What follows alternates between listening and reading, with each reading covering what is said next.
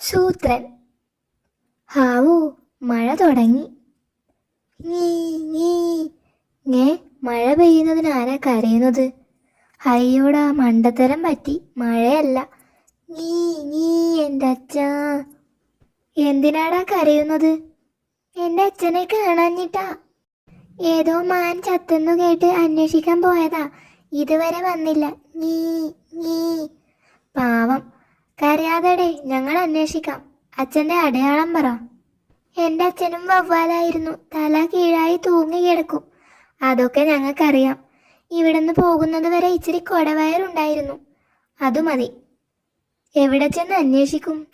വാ, പോയി നോക്കാം. കുട പോലുള്ള വവ്വാലോ?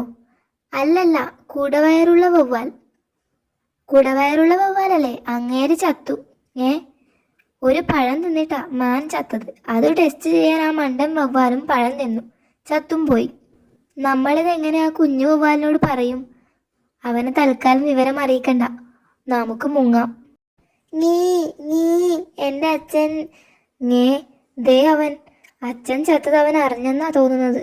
വാ, ഒന്ന് സമാധാനിപ്പിക്കാം. എടാ, അച്ഛന്മാരാവുമ്പോൾ ചാവും, അത് അവരുടെ ഇഷ്ടം. അതിന് നീ ഇങ്ങനെ കരഞ്ഞാലോ?